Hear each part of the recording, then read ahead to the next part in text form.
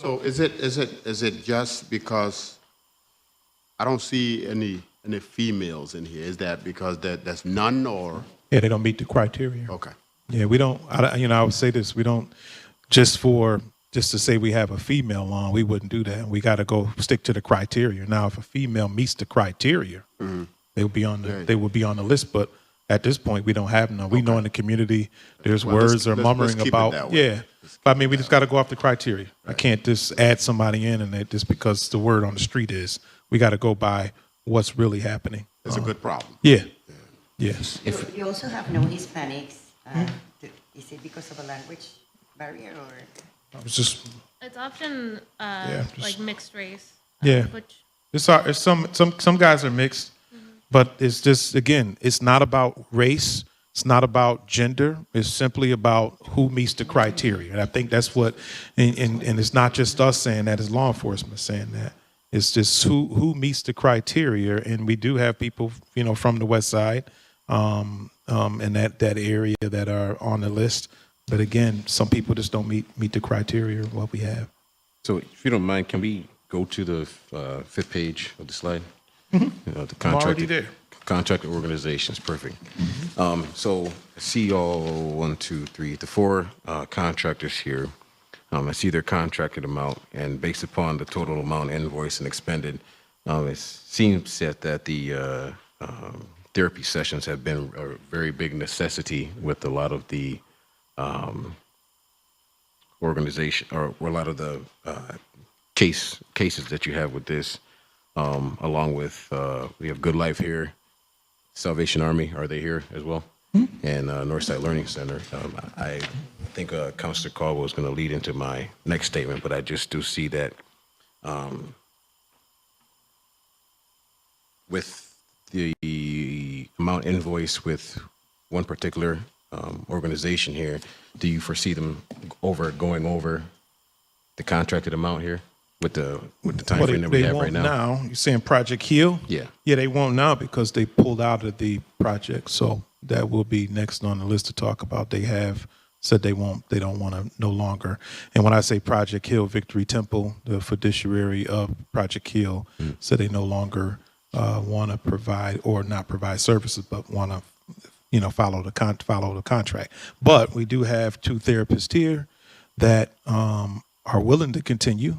Okay. And I think some of the questions, finances, you can ask us, but if you ask therapeutic questions, I'm not a therapist. They're here. No therapeutic. And they have worked with Project Heal, so I think you can feel free to ask. They are contractors. They're not employees. They're contractors with Project Heal. So if you have questions for them, they're here to. So how are you going to do that? Say that again? How are you going to continue paying services with them with this project? I don't have a. Well, right now, we would have to go try to find grants to keep them on. No, but the money is already allocated. You're right. I mean, I would love to just use the money to move forward, but that would be up to you all. I mean, they said they no longer, Project Hill, Victory Temple no longer want to be on the contract. I mean, we have the money there. Of course, I would love to. We have good therapists that are already working with the gentleman. I would love to keep them on, but that would totally be up to But to that counsel. therapy is the main piece of the whole rehabilitation. So if you don't have therapy, then It'll fall apart. I agree with you. Again, they're here. Dr. Anita, Ashley, they are here. Williams, and if you want to ask them questions, they've been working with gentlemen already. They've been working with them. I think up to 6 right now. 6? 14. 14 total. 14. So I mean, if you want to ask them questions, they're here. When did this happen? I would say in the last week. So I'm confused, which is a normal motion for me. So they've invoiced $145,000, Project Heal. And so far, we've given them $106,000? Yes. Okay, so that leaves a couple $100,000 that are still available, correct? Yeah. Yes, sir. And then, so the idea, the strategy is to bring on these other folks, right? Yeah. Okay. They're already a part. I mean, they already been working with them. They're So- already. So they'll be so in other words, they'll be invoicing us in a different way, we got to right? go back through and redo it. But Yeah, Right. because- The Amend the council, right? contract, yeah, you all would Amend the have. legislation. Yeah, it's up to you all. But if the legislation was to be amended and they come back, would this be on individual base? Because they will no longer be with Project Hill. So this would be their individual base, right? I think do you mind asking those questions to Dr. Anita? All of this contract is, I don't think Well, is for I them. think this is gonna be another meeting because we're gonna have to do legislation. But, Counselor Hogan, what I think, I don't know, look, Pastor Lateef, I don't know what protocol today, is saying to us that Project Heal pulled out, right? They're no longer a part of it. Right. The therapists, are still working with the individuals. Yes. But they're not under anybody anymore, so we gotta figure out, that's a whole nother Well, conversation. Councilwoman, until October, so I think the contract, it ends October for them, for Project Hill, and, you know, we're here today to extend, so what Project Hill and Victory Temple said they don't want to extend their contract Past October. past October. So we can still cover them till October, meaning the therapy that's happening. Yeah, we got a week away, right? But then it'd be, you know, you all will have to do your part or whatever to continue. Like I said, Dr. Anita, who's here, she's formulated the program. She is the professional and the expert that put together the program along with Ashley Williams. They're both highly regarded in their profession. And I mean, that would be my recommendation. So if they put that program together, why were they connected then? The RFP. Remember they RFP'd it. Yeah. So if we so wouldn't they, RFP'd it, we probably, you know. Okay, Other so I don't know questions? who this question would be for. I don't know if it's for you or Dr. Anita. How many therapists were a part of that original group? Yeah, she'll come up. I just rather have them answer those questions. There are 4 therapists and myself as the clinical supervisor. 4 plus 1? So there's 5, yes. Okay. And so what if Project Hill they're not going to be funded. So after, how many will remain on? All of them want to remain on, including myself. Oh, okay. Okay. So not to interrupt, but I mean, are you going to be protected as far as liability goes? Or is that under the umbrella of the city, or how is this going to work? Because Project Heal obviously has some sort of, insurance requirements and things like that, so. Yeah, so I think also we have Ashley Williams here who has her own practice, and if she wants to answer any questions, but if we talk about liability and mental health, I'm not the expert. You have Dr. It would be Anita. underneath. We're gonna have to come I back with think a, let's It would leave be that alone. underneath, Yeah, we're you're gonna right, have it to- would be underneath Project We'll Heal, work- so we'll we work would have that to out figure and- out how to do that. Yeah. That's We'll the work that liability. out in the background. Excuse me? We'll work it out in the background. Okay, Yeah, fine. and figure it out. That's. Well, so, Right. right. yeah, we're gonna work that out in the front ground. It's contract. I don't think anybody want to hear the detail of contracts, right? Well, I mean, if we're Not at talking this about, meeting. we're Right, talking not at about, this but if we're meeting, but- talking about accountability of insurance and all that things that have been brought up, I mean, you have, like I said, they're here for a reason. You have experts here. They don't take long to let you know what they can and cannot do. You should know that moving forward. You should know what they can do. I think our main a concern good is the question. experts are protected. Yeah. As far as, That's a as good far as question. insurance goes. Yes. And that can be So- taken care of later. I would like to also say, Doc and the young lady, thank you for the services that you have provided for these 14 individuals right this Yes, far. yes. What's your take on it, and how do you think it's progressing? I think it's progressing well now that we have a kind of consistent way in which, Yeah. I think it's progressing well now that we have a sort of kind of play that we use in terms of where we meet them, how we meet them. Sometimes we have to go to them. Some of them are being seen through virtual because that's easier for them to do, the young men to do. And it's what I feel in terms of generally speaking about the psychiatric health. Most of these young men are very, very harmed. They've been harmed for a very long time. They have been mentally ill for a very long time. And so therefore, it's going to take some time. The ones that we have engaged with us have engaged well. They are starting to trust us. That takes a little bit of time. But they like the fact that we come to them, or we try to make it as convenient for them as possible, so that they can say what they need to say. How many hours do you spend with, sorry, thank you. How many hours do you spend with these individuals, like in a month or maybe weekly or? Well, we try to do it weekly. and we try to do it for an hour. 1 hour with each person weekly. Yes. Now, sometimes that we make another time because we feel there's something that hasn't left us, or a young man calls one of their credible messengers or their case manager and says, I want to talk to the doc. And so then they'll call me and I'll go and see them. So could you explain a little bit, just because it's something I'm learning? Is there a chart or something that you go off of with how do you rate your progress with connecting with the individual? How would you do that? Go ahead. As far as rating progress when it comes to therapy services, we can use assessments. So we You can introduce use, yourself? You just Huh? introduce yourself? Just introduce yourself. Give your Oh, name sorry. and who you are. Ashley Williams. Nice to meet you guys. So as far as measuring their progress, we can use assessments. So there's like the Beck's anxiety inventory, Beck's depression inventory. We have trauma assessments. So that's what we can use as far as in the beginning of their therapy services, see how they score in those areas. And then, along their way throughout treatment, you reassess. Oh, that's great. The other thing that we want to institute is a substance abuse assessment and an substance abuse assessment and an emotionally intelligence assessment, because that helps the young people see where it is that they really are, and it gives them a place to shoot for in terms of learning a little bit more about why they rage first before anything else. Perfect. So with the services that you both provide, is there also a general meeting for everybody to be able to work case by case, so that way the evaluation that they give with their service on the psychiatric side, or the counseling side, excuse me, the Good Life Foundation, Salvation Army, and also the Northside Learning Center, they're able to work together to be able to attain an individual case by case? Yeah, 100%. So we meet bi-weekly. Dr. Nita is in constant contact with you see she laughing because she stay on them. She's like the mama bear in this situation here. Gotcha. So she's holding them accountable and then making sure we are all communicating, and she's constantly working on that so to even be more stronger. So I'll let you answer that, Doc. We have a new meeting that we started about 2 or 3 weeks ago that I meet weekly on Wednesday with the therapists and the credible messengers as well as the case managers, so that we can just talk about what's going on, what might be coming in terms of assessments, how we're doing with the ones that we have now, and what we might need from them in order to help us do our job.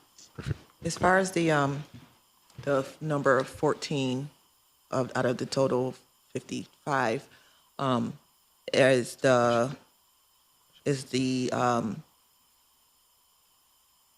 I don't know, hold back more or less about anonymity, or how did you You break mean why through? they're not into therapy Yeah. yet? There's a lot of different reasons, but some of them are is we haven't got them to be convinced that therapy is what they need. That's the first part. And sometimes it's just giving them time to get used to the fact that therapy is not a terrible thing and that it has the opportunity to help them. But that's really what it is getting them coming in that door and saying it's okay. But the 55 is the goal, right? To have them all. Oh, is yeah, the goal. every one of them, yes. So More possible. And I just wonder, I don't know your hourly rate, but based on the numbers that we have in front of us, $198,000, it's not going to take us that far. I mean, have you thought about that? Oh, yeah, Because they're going to 100%. be doing this independently. Yeah. So that's a per hour thing. Yeah, so I mean, we have enough organizations around that hopefully we can get a grant or get some funding from some of the other organizations around. I don't want to put nobody on the spot, but we have plenty of nonprofits, I believe, that would want to be a part of what we're doing, especially when we come back with a report of what's been done and the impact that it's had on our young men's lives. So I don't think that'd be a problem. It's just not the kind of work you volunteer for. You need, training. The assessments that you do, is it like computerized, or is it in a paper form? Like, how do you? Both. I was about Go- to say, it could be both. So we can send them out electronically and they can fill it out. We can do it with them in session. We can print it out to give it to them. So any method that works. And when they receive that information back, how helpful is that on their journey to recovery? Oh, completely helpful, because we get to understand where they're at within their progress.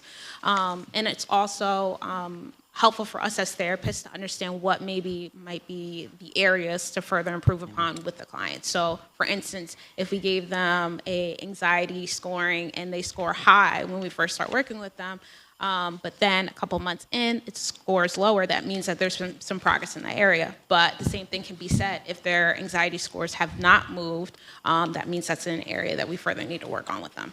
And do the scoring, does it like prioritize who you start to work with first? I don't know when you guys started it. So like say you started out with these 15 or 20 and you have 4 staff members and you don't have the capacity as of yet to work with 20 or 25 people. So do a scoring say, well, let's start with these ones. Well, we haven't had that problem where we don't have any room. So hopefully that doesn't become a problem. But usually the scoring, it doesn't affect who we prioritize. It's just as therapists to know who might be a high-risk client, who we need to, further work with, keep an eye on, so to say. So with that, on the therapy side, 2 of the 55 participants were victims. Yes. Were they required or to receive the services, or did they ask for it, or how did you? Are they a part of the 14 individuals that you deal with? Okay, I don't understand the question. So Go ahead. there's 2 of the 55 Safer Streets participants were victims of crime. Yes. Are they required to receive the services, the therapy from you all, or has that ever been? Is there some type of connection there too with them being victims? No, not to the victims, no. Okay, Not at this point. gotcha. The other thing that we do is we do an assessment prior to them even going to the therapist. I do the assessments most of the time. Okay. And that gives me an idea of like where they kind of are, how traumatized they are. Right. And so, and I've gotten to know the therapist to know who they like to work with and that kind of thing. So we try to match people as much as we can. Gotcha. Okay.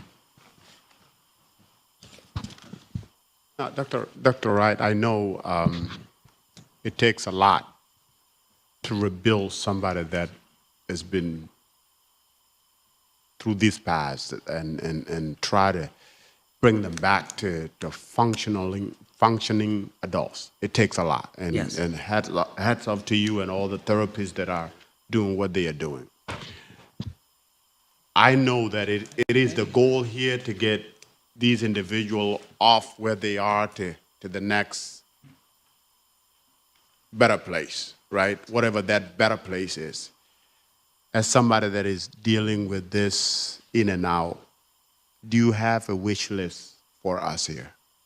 A wish list. A wish list. Oh, you don't want to know my wish list, Dave. Considering what we have done already, how do we make this better? I guess that would be the question. The first thing that comes to mind, because it's usually the first thing that's happening with most of the young men that we've seen, is housing. If you're not in a safe place, you can't start thinking about being safe. If you're in a place that you were hurt, then it's hard to then utilize the tools that we give you in a place like that. So for me, housing would be first. If every one of these young men could have some place that was safe, that they could be, that would be wonderful. I'd like a farm outside and 20 acres if you'd like.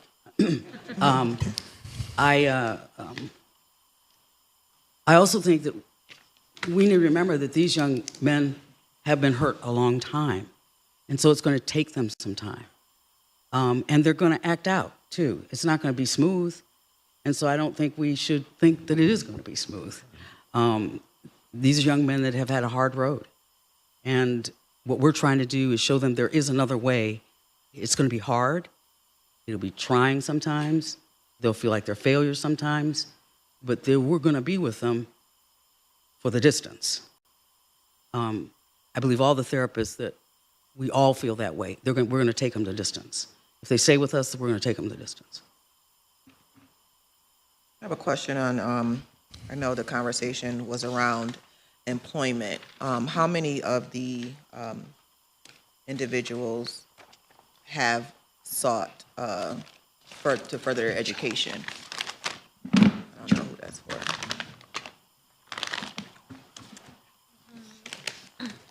Since beginning the program? Yes. I can get that number to you. We do measure, or we collect information on individuals who are looking to further their education. Is that what you're asking? Yes. Yeah, we can get that number to you. So how many of them have like a high school diploma? It's at 42%. The 42%? Yeah. On page 19. Yeah.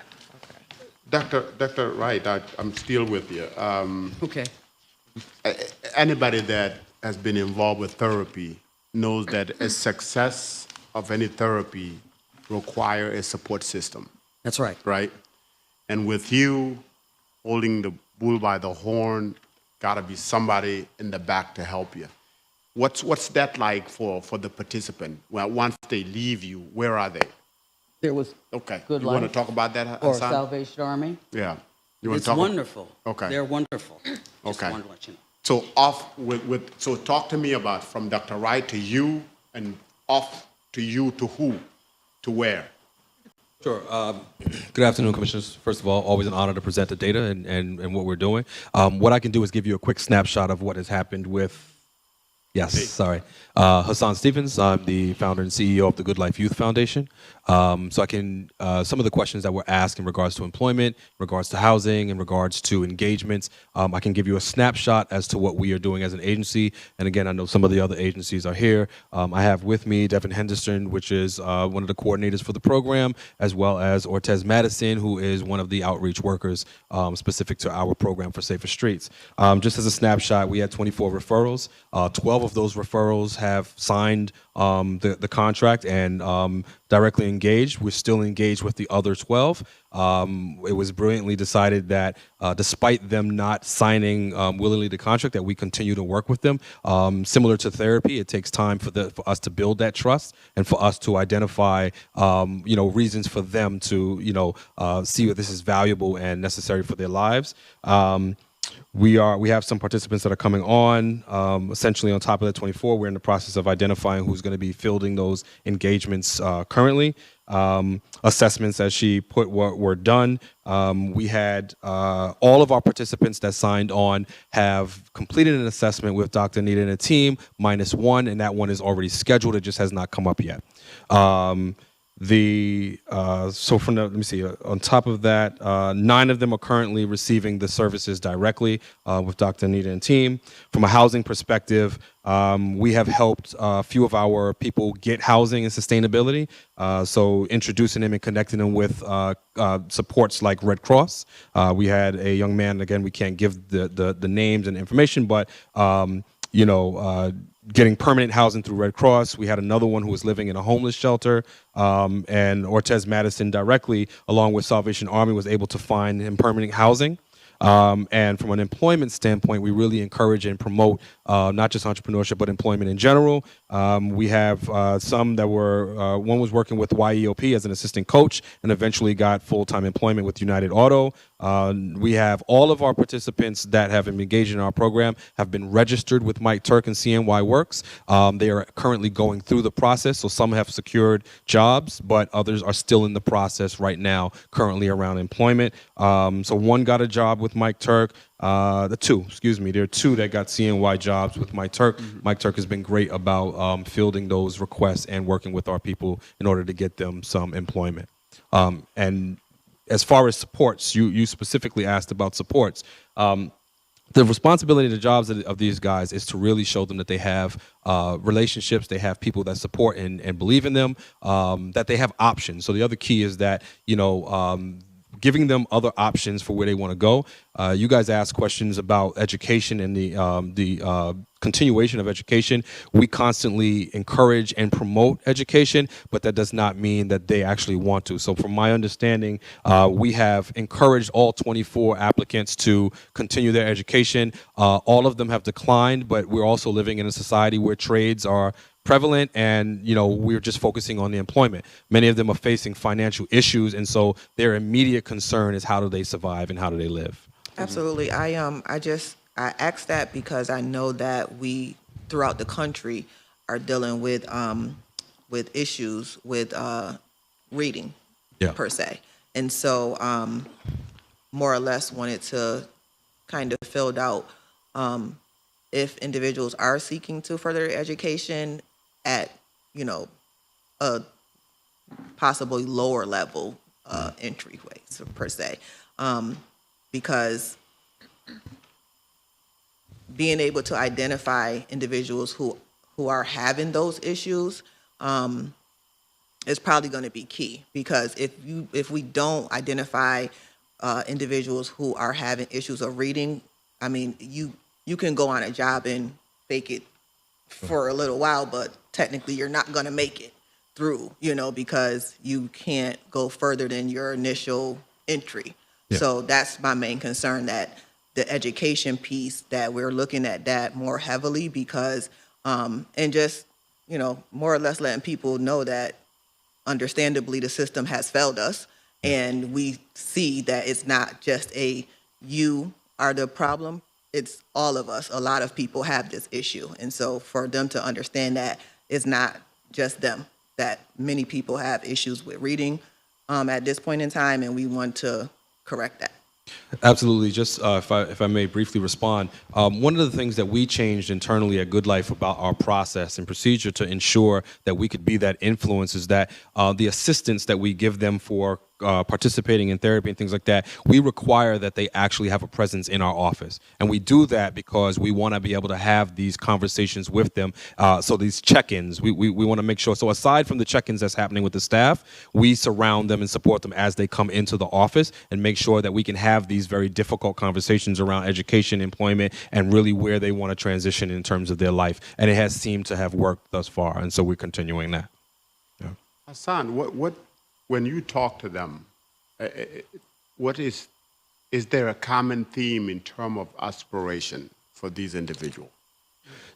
So if it's okay with you guys, I would love for some of our team to maybe respond to that as well. I will tell you, as a CEO, I don't always get to do direct engagement, but one of the things that I've done with this, and I try to do, and they'll attest, is that I try to make time. Not the average CEO, so I step away from the desk. When I see one of those kids come in, I come out my office or I invite them to my office to make sure that I have a direct conversation with them. And so many of them that I've spoken to, their aspiration is money. You know the statistics. You know we're living in one of the highest poverty rates. These kids are looking for ways to be sustainable, and that's probably one of the biggest ways that we can prevent them from actually engaging in negative or criminal behavior. And so every single one of them that has spoken to me has said that their aspiration is to get a job. Any of you guys want to share? Is it a different answer or? You're right on spot with it. I know. You need to mic. Introduce yourself. Yeah, my name is Ortez Madison. I work at Good Life Youth Foundation as a life coach. Earlier, you made reference to individuals needing housing, which I think is extremely important, because I remember being young and sleeping where I had to sleep sometimes. And not because I didn't have a good mother, it's because I was looking towards other people in the streets as being a mentor, because I didn't have that at home in a father figure. But I think right after that comes finances, right? Because now you have a place to stay, which is your comfort spot, your safe spot, but now you need a way to sustain the rent and things to that nature. You need to put food into the refrigerator. And not only that, once you start making money legitimately, obviously, you have less time to spend in the streets. As we all know, idle time is the devil time, and trust me, I would know that, because I came from a certain background to where I was indulging in things that I shouldn't have been when I was a youth. But yes, it's about finances too. That's very, very important, because now if I'm working and I'm getting paid every 2 weeks, which I wish it was weekly, right? Don't we all, right? And if I'm working and I know, okay, I have a check coming every 2 weeks, guaranteed, right? And that beats the street stuff, because the street stuff is never guaranteed.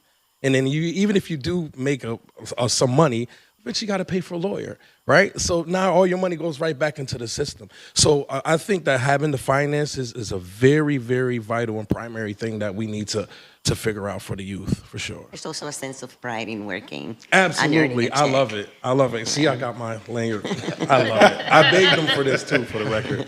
And I want to give credit to this body, because, Lateef, everybody, we push for that workforce piece. Right. Because you're absolutely right, Counselor.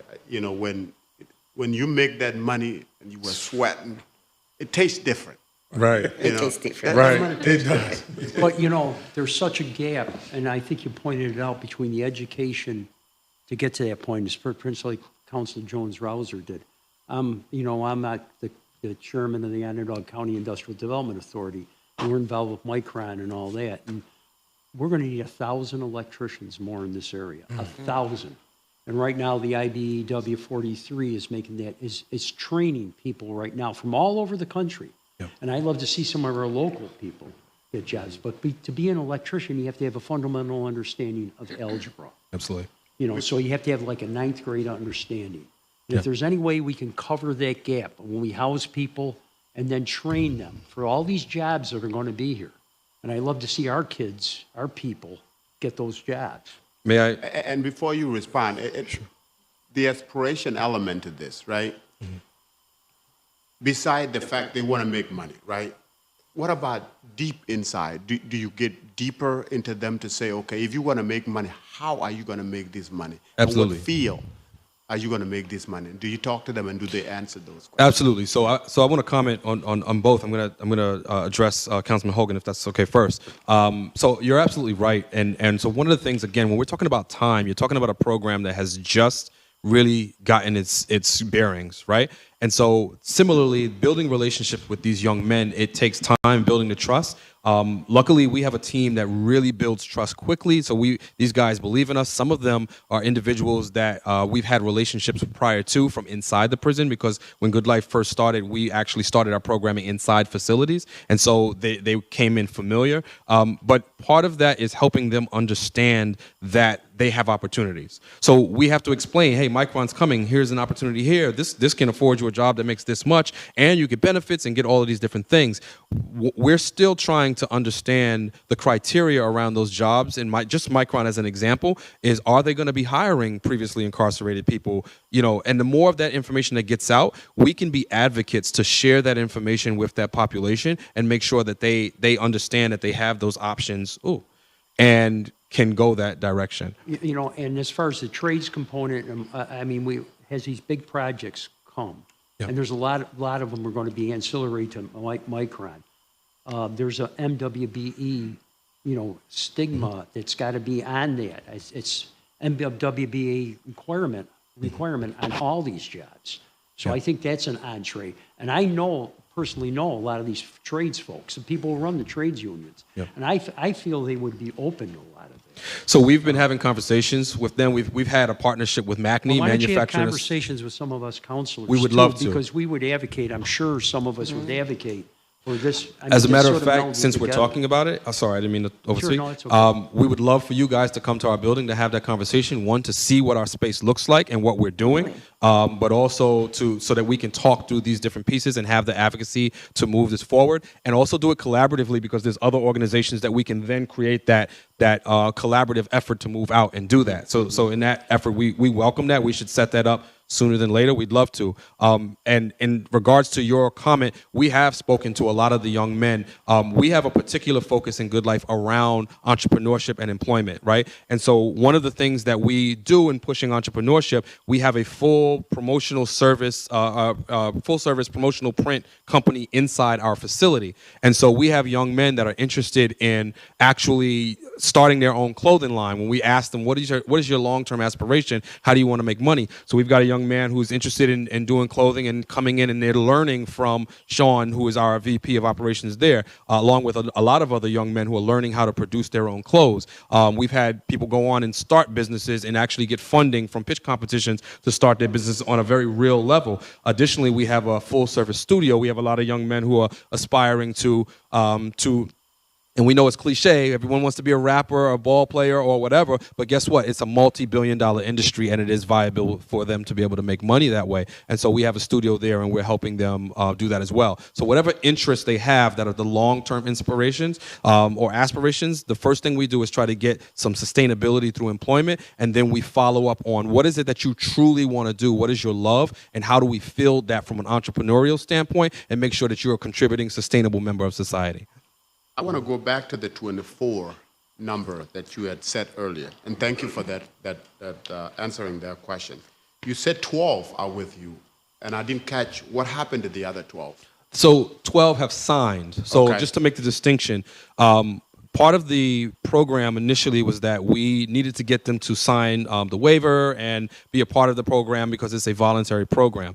We know that we are battling the stigma and the apprehension for them to sign because of historical reasons, right? There have been programs where participants have been, taken down in a RICO move or whatever. And so the stigma within the community is that, no, if I put my name down there, if I sign on to it, that's my demise. And so our guys have had, along with other guys, in other programs, we've had to overcome that barrier of explaining to them that we do not mean to harm you. This is to help you, and that we represent and advocate for you, right? And so we're constantly doing that. But just in that population alone, there's a stigma about putting their name down on certain papers, particularly if we're saying that the reading levels are really low and they can't really digest exactly what's happening. We try to be the liaison to explain all of those different things and get the apprehension down. But the truth is that it's not there yet, right? But again, in the wisdom of the leadership of the program, the wisdom was that, hey, just because they don't sign does not mean that we don't continue working with them, because that's part of the process, right? Nothing is black and white. We don't say sign or you're done. We still have to work with these young men. And so these guys, though they haven't signed, are working directly with our life coaches to continue. So hopefully they do sign and we can employ them into those different resources that we have for the program. So the 55 number is signed people in the program. So, That 55. so the goal is to have them all signed, but they haven't all Oh, the signed. 55 haven't signed Yeah, yet. and I think the main thing we want to be clear with, we're going to move forward with the program and continue to make contact, not worrying about if we sign, that not being the most important part. The most important part is that they're working with them, they're committed, meaning the life coaches and organizations are committed to continue to work with individuals, building trust, something I plan to change as we, redesign something. We know this is a pilot program. One of my things I would redesign is signing a waiver in the first 30 to 60 to even 90 days. That's not realistic. See, you got in, as Councilwoman Rouser said, some individuals can't read. They can't comprehend, or they can read and not comprehend what they're reading. So we want them to sign something that's difficult. So as we move forward and think about redesigning the program, and what we can take out and put in is making sure we're giving organizations enough time to build relationships with individuals, and making sure maybe give them some of that education component so they'll be able to make sure they sign on to the program. So that's just, something we want to work on. I think that kind of segues into my question on the, says the total number of street conflict intervention meetings. What does that look like? So this could be a many things. So we have individuals in the program that are outside, right? Out of these 55, there could be a conflict every day, right? So figuring out, and intervention is not always just what we think in our mind, breaking up a fight, but intervention is before it gets to that point. Give you one example. There was an individual in our program that is known to possibly have used guns before, right? Well, he was on a job interview with one of our credible messengers. He was supposed to probably be part of a shooting that day, but by him being on a job interview and not having time to do that, that's intervention. Intervention is not jumping in the way to break up a fight. To me, that's you're kind of late. We want to keep them busy. So there are many different facets of intervention when we talk about intervention, but that's just one example. Intervention is a text in the morning, picking them up, taking them to work. That's intervening, especially when there's a beef going on, especially when we know we might have beef with the West Side and the East Side. If we have our individuals working, that's intervention, because they're too busy. As Mr. Madison said earlier, if they're busy working and earning a living, they won't be outside doing other things. We have done the Northside Learning Center, and maybe Mark speak up on this. Street intervention. Can you explain what we do on the north side, and what other programs you believe that the Learning Center could do, and where we can increase maybe service funding?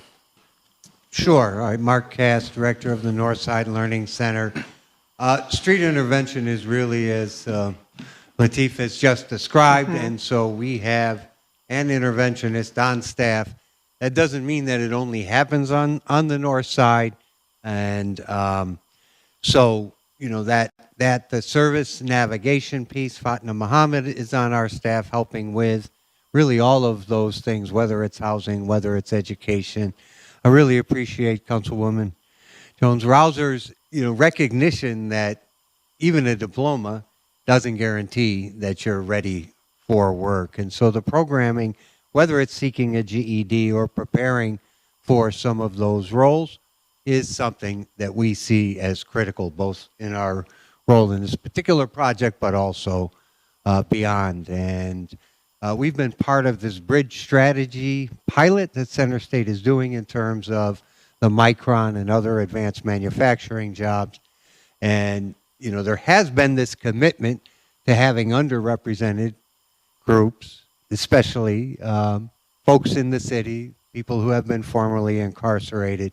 And we just concluded a pilot whereas people were preparing to go up to be part of a cohort at OCC in the electromechanical, we did an intensive summer program that prepped them, worked on their math skills, worked on their language skills, and that, my hope, I think we're going to need Center State CEO to stay committed, but we're going to need more than that because many of our folks are starting behind. Are you working too with the young people that come into the Learning Center at a young age?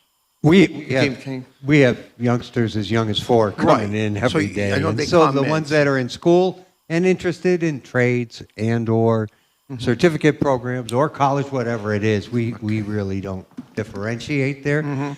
We help them identify what they're passionate about and then do our best to help support them. So, that's more on the prevention end perhaps than this group. But I'm really excited as Safer Streets goes on that we can play an important part of getting them into those pipelines, be it trade unions, be it the electromechanical program. And, I was just thinking as Hassan was talking, there's going to be a lot of entrepreneurship needed, a lot of new businesses that are supporting organizations as well. And so I'm excited, but it does take money up front and some time up front to be able to build those, particularly for those who've been historically underrepresented. Right, and hopefully we can build it up around the north side as well, that we Absolutely. see the people every day who are struggling. Thank you. I want to talk about retention and attrition toward workforce development. So 42% in, are they staying in, or is there a lot of turnover and you have to put them back? Is it just consistent like that? I would say the only reason it's consistency is because you got to make sure they can sustain a job. Again, I think when we look at our society, we think that we can just send somebody on a job, which they've done at not an organization, but I would say Amazon. It was WWE on Thursday night there every day. Why? Because we just giving people, Amazon's hiring, you just give people jobs. They're fighting. Why? Because you didn't give them anything so they can sustain the job. And it's not just about education and being able to spell and add, but just some social intelligence that I can't punch somebody in the face because they took my food out of the microwave, right? So I think that's more important, and we in government, those who are in politics, have to make sure you all understand that too, that we can't just rush people into work. We got to make sure they're prepared so they can sustain. So I think what we're seeing is that we don't have a high number, right, of people that are working, but we are building up so when they do go to work, they can sustain a job. Or it's what I call, and my background is working in corrections. When I worked in corrections, they worked. They didn't start right with the putting boots and shoes and things together. They might start off with something very simplistic to see if they can be responsible for that. So with us, it's a moving company. And we got a moving company that we working with. So just get them to what? Got to wake up at 4 o'clock in the morning. Got to be able to move people's stuff and learn how to work as a team, giving them team building skills, all that stuff to lead maybe for a DPW job or to move up. We're doing that. We're like giving them, because we ran in that first joint school construction board. We were rushed too much to get people in, and they weren't prepared to get yelled at the job, especially with the trades or masons or anything like that. Right. So that's a good sometimes a point. moving company is a little simpler. and then they get yelled at, I'm sure. But they learn customer service skills. So just taking something like that so they can learn those soft skills so they can be sustainable when we move them up. So I think that is what's keeping them. It's really finding a simplistic way. I think, Lateef, one of the, it's important you say that. Soft skill is so critical. Even some executive need soft skills. Of course. Right? So that's counselors too. That's how important it is, right? But so is the CNY entrusted with that to take care of that? Yeah. Okay. Some of what Mr. Turk does, yes. Yeah, Well, I was going to, on the same line, because I know that Hassan mentioned some of the individuals wanting to start their own businesses per se. I'm a diehard entrepreneur, and what I found in my salon when I had one was that a lot of individuals, they do have the trade, they have that skill, but they didn't have the business mind behind it. And so I often did classes to teach them the skills, also like things they didn't know. But once I realized like they aren't getting up in the morning, or they come just to buy an outfit for the weekend, stuff like that, I was like, this is not going to work. They're not going to be able to make it through life just working 2 days a week to spend it on the weekend. And so then I implemented business courses. And if you didn't come to the business course, you couldn't come to the practical course. So this is probably much more than y'all anticipated, but is that something that you're doing or looking to the future to implement with that process of that, that business aspect behind it so that they can learn QuickBooks or bookkeeping and paying their bills, insurance, things like that? Yeah, so the short answer is yes. We have a partnership with Lemoyne College, Keenan Center for Entrepreneurship, Innovation, and Creativity. The reason why we did that partnership was to have an open resource for people that go through our program to be able to come up there and get entrepreneurial advice, information, business, support, and it's open and it's free. I serve as an entrepreneur in residence up there, and so when I'm in the building, I can also mentor people who are interested in starting a business as well. It's woven into our programs internally. We have a boot camp over the summer. We have multiple opportunities for people to actually get that support.